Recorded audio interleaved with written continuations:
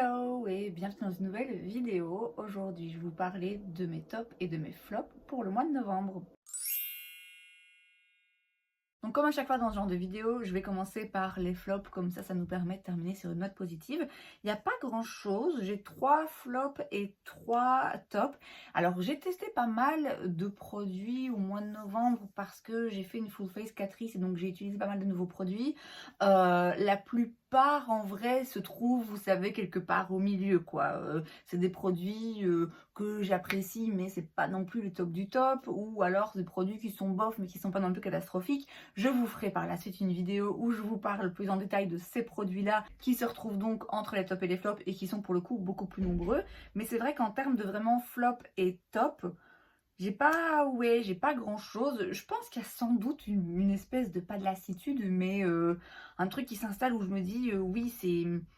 Il en faut peut-être beaucoup maintenant pour avoir des produits où je me dis waouh, c'est absolument dingue parce que j'ai beaucoup de make-up et en même temps l'industrie globalement du cosmétique, je trouve, se développe et c'est difficile maintenant d'avoir des produits où vraiment on se dit non, c'est pourri. Donc bref, c'est une longue introduction, tout ça pour vous dire que je vais vous parler de 3 produits que j'ai pas du tout aimés et de 3 produits que j'ai beaucoup aimés. On commence donc avec les flops. Et alors le produit que j'ai vraiment pas aimé du tout, c'est The Perfector Poreless Blur Primer de chez Catrice. Alors en vrai, je pense qu'il y a moyen de l'utiliser et que ça fonctionne avec certains fonds de teint et quand j'utilise d'une certaine façon. La première fois que je l'ai utilisé, c'était dans une full face Catrice. J'en avais pas mis beaucoup, j'avais pris le temps de bien le travailler dans le teint et le fond de teint que j'avais mis par-dessus, c'était bien comporté avec. Mais j'ai essayé de l'utiliser par la suite avec un autre fond de teint et c'était la catastrophe. Ça pile, non, c'est vraiment la catastrophe. Alors globalement, peu importe avec quel fond de teint vous l'utilisez, faut pas en mettre beaucoup, faut pas en mettre sur tout le visage et le frotter comme ça parce qu'alors vous allez avoir des morceaux, c'est vraiment dégueulasse. Faut vraiment bien l'enfoncer dans les pores aux endroits uniquement où vous en avez besoin. Je vais le garder et je pense que je vais quand même le retester avec d'autres fonds de teint parce que voilà, je pense qu'il y a des fonds de teint avec lesquels ça va mieux fonctionner que d'autres, mais c'est vrai que ça m'embête quand je sais qu'il y a un primer où je prends un risque et qu'en fait je sais pas s'il va piler, s'il va faire des trucs bizarres. Moi ça m'embête. En plus de ça, je dois bien avouer que à la limite, si c'était un primer absolument incroyable qui vraiment fait disparaître les pores et où je me dis bah ouais, par contre c'est embêtant, faut que je fasse gaffe quand je l'utilise et avec quoi je l'utilise, ça passerait encore. Mais en dehors de ça, j'ai pas hyper aimé l'effet non plus, donc ouais non, ça j'aime pas. Un autre produit qui m'a déçu, alors bon, je l'ai mis dans les flops parce que vous voyez, il faut quand même bien que je vous présente quelque chose, mais en soi, c'est pas non plus catastrophique, mais ça m'a déçu parce que j'en ai entendu dire du bien. C'est la Fat Oil Lip Drop Fat Oil, je sais jamais dans quel sens le dire, de chez NYX, donc l'huile à lèvres que moi j'ai dans la teinte Newsfeed. Alors c'est voilà, c'est pas un produit hyper désagréable, vous voyez, c'est une petite huile à lèvres. Alors d'une part, pour une huile à lèvres, c'est quand même un rien épais, je trouve. Moi, je préfère les huiles à lèvres qui sont un petit peu plus liquides et un petit peu moins épaisses. Bon, après, c'est pas hyper collant non plus, c'est pas un gloss, mais ça se rapproche déjà plus d'un hybride pour moi entre un gloss et une huile. Donc, ça ressemble pas assez à une huile à lèvres, d'après moi. Et surtout, sans doute du fait que c'est un peu plus épais et que ça commence à toucher un petit peu la catégorie gloss, j'aime pas la façon dont ça s'estompe au cours de la journée. Pour moi, une huile à lèvres, c'est censé, à un moment donné, voilà, ça disparaît, mais ça disparaît parce que les lèvres ont un petit peu absorbé l'huile et ça laisse pas de traces, et ça laisse pas... Vous savez, quand vous mettez un gloss, parfois, moi, ils me font ça en tout cas, vous avez des petits restes et ça fait des petites traces bizarres à l'intérieur des lèvres, vous voyez, je trouve pas ça joli, je trouve pas ça agréable et ça m'a fait ça avec ce produit. Or pour moi une huile, ça doit pas me faire ça, donc voilà, c'est pas un produit que j'aime pas, que je vais jamais réutiliser, mais c'est pas une huile à lèvres pour moi que je vais utiliser comme j'utilise mes autres huiles à lèvres et que j'apprécie utiliser. Là ça se rapproche plus d'un gloss d'après moi, donc ouais, je suis pas hyper fan. Et alors le dernier flop, alors ça me peine, mais c'est une palette de chez Moira. Alors je l'ai utilisée aujourd'hui. Mon look sur mes yeux est pas moche. C'est pas une mauvaise qualité de fard à paupières. C'est juste que c'est vraiment pas ouf en fait, ça n'a rien de particulier. Alors si vous aimez la marque, ou que vous aimez le côté, c'est vrai, assez abordable, hein, en termes de prix de la marque et que l'harmonie de couleurs vous plaît, c'est pas que vous allez pas réussir à travailler les fards. Vous voyez, j'ai fait quelque chose de très, très simple. J'ai utilisé, ces 3 teintes mat et j'ai utilisé ces teintes un petit peu en liner fumé vraiment très discret et puis j'ai mis un petit peu du doré là sur la paupière.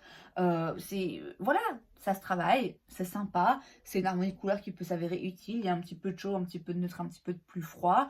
Mais en fait, je suis vraiment très déçue par rapport au reste des produits que j'ai essayé de la marque, notamment leurs produits pour les yeux. Ils ont des petits produits mono pour les paupières qui sont incroyables, hyper brillants, hyper lumineux avec plein de reflets. Et au-delà des petits produits mono comme ça qui, bon, ma foi, sont encore assez différents d'une palette, il y a une autre palette que j'ai de la marque qui est dingue, où il y a des reflets, des paillettes dans les fards à paupières lumineux, métalliques. Incroyable, franchement, vraiment, vraiment splendide.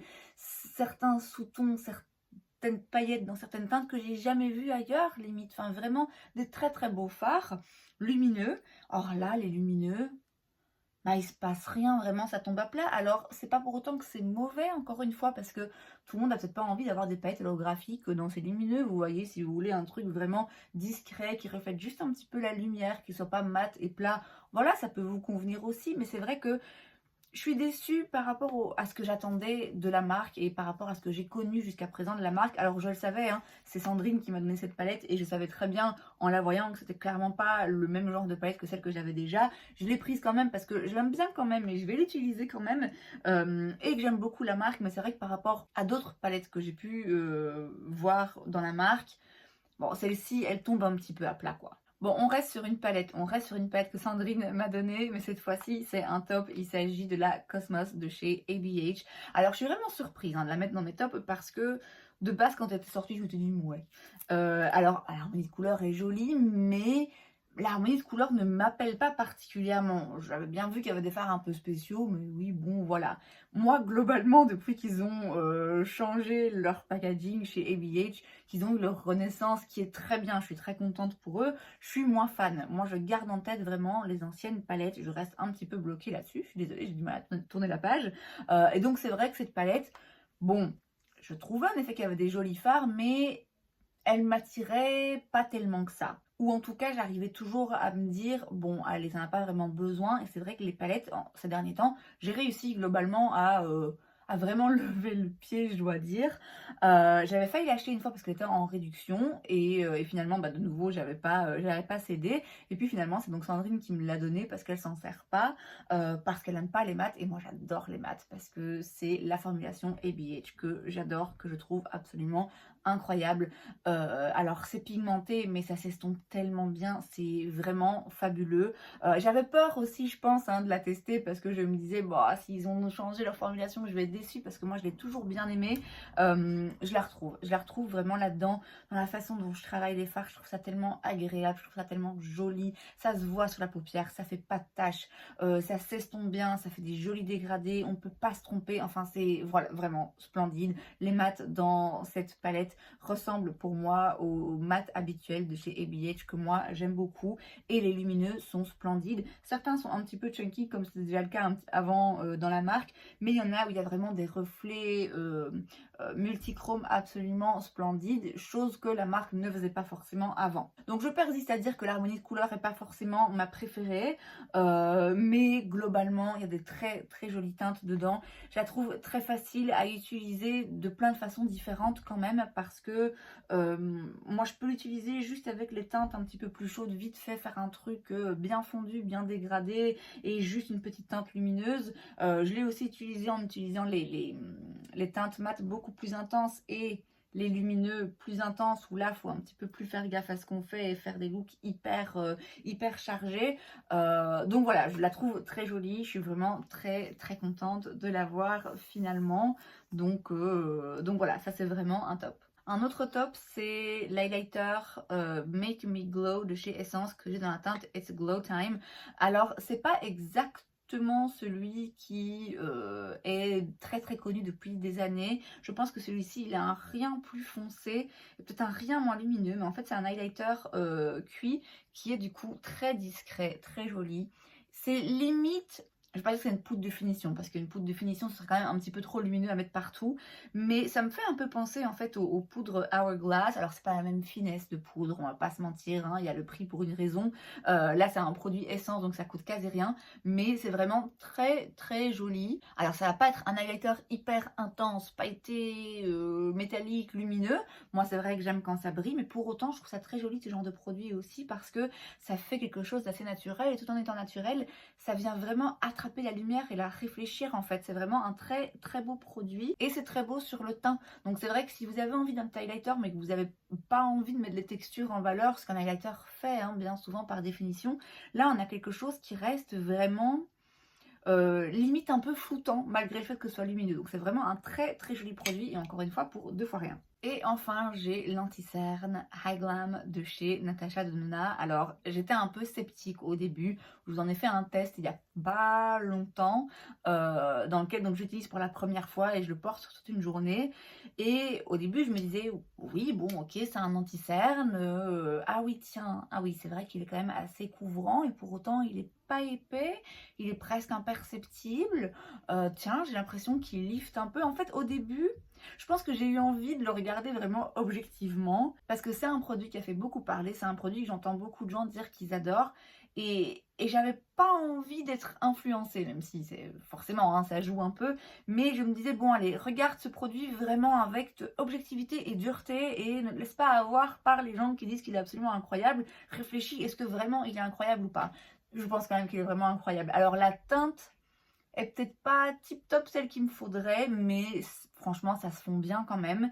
Et rien que pour ça en fait, malgré le fait que la teinte m'ait pas l'air hyper la plus appropriée pour moi, elle se fond très bien dans le teint, et pour autant il est couvrant, il est vraiment vraiment bien couvrant. Bon, vous voyez, enfin là voilà, je trouve qu'il couvre vraiment très bien ce que je veux qu'il couvre, mais il fait pas je fais pas non plus de traces. Vous voyez, parfois vous avez des anti-cernes qui sont bien couvrants, mais du coup c'est peut-être un peu plus compliqué à les fondre dans le reste du teint. On voit plus une démarcation. Là, il est juste vraiment vraiment très facile à travailler, je trouve, même quand on en met un petit peu trop. Et puis il lisse aussi. Alors il file dans les plis, hein. Alors je pense pas qu'ils prétendent ne pas le faire. Ah si, oui, ils disent que c'est pas, ils disent que c'est crease proof. Non, ça va dans les plis, il n'y a rien à faire si vous ne le fixez pas avec une poudre. En tout cas, chez moi, je ne sais pas si j'ai des plis particulièrement présents. À partir du moment où vous avez des plis en dessous des yeux, si vous mettez un anti-cerne, l'anti-cerne, il va aller dedans. Enfin, il faut arrêter de se mentir et de se dire que ah, ça ne file pas dans les plis. Si, ça y va. Simplement, quand vous le placez bien, que vous travaillez bien et que tout de suite, avant qu'il aille dans les plis, vous le fixez, alors là, effectivement, il n'y a pas de plis. Là, effectivement, il bouge plus, il est vraiment longue durée. Ça donne un aspect vraiment très lissé et très lifté aussi. Vraiment un très très très joli anti-cerne. Donc je sais que quand je l'ai utilisé la première fois dans la vidéo où je le teste, bon, j'étais un petit peu sur la réserve parce que je vous dis, j'avais pas envie de trop m'emballer. Je vais quand même bien avouer que je l'ai pas mal réutilisé depuis. Et ouais, le combo entre vraiment on a quelque chose de couvrant, de lissant, de liftant, de vraiment tout à coup ça lisse le dessous des yeux, je sais pas comment le dire autrement, et en même temps on n'a pas quelque chose d'épais qui rajoute de la texture, on a quelque chose qui se fond bien et qui est presque imperceptible. Vraiment un très très beau produit. En plus là aujourd'hui j'ai testé une poudre, vous verrez dans quelques jours, normalement la semaine prochaine, par dessus. Splendide, vraiment, vraiment, vraiment splendide, très bel anti-cerne. Il n'est pas donné, mais pour le coup, je suis très contente de l'avoir acheté. Et c'est donc tout pour cette vidéo, j'espère que ça vous a plu. Si c'est le cas, n'hésitez pas à laisser un like. Vous pouvez aussi vous abonner à ma chaîne parce que c'est gratuit, donc pourquoi pas. Et moi, je vous vois la prochaine fois. Bye!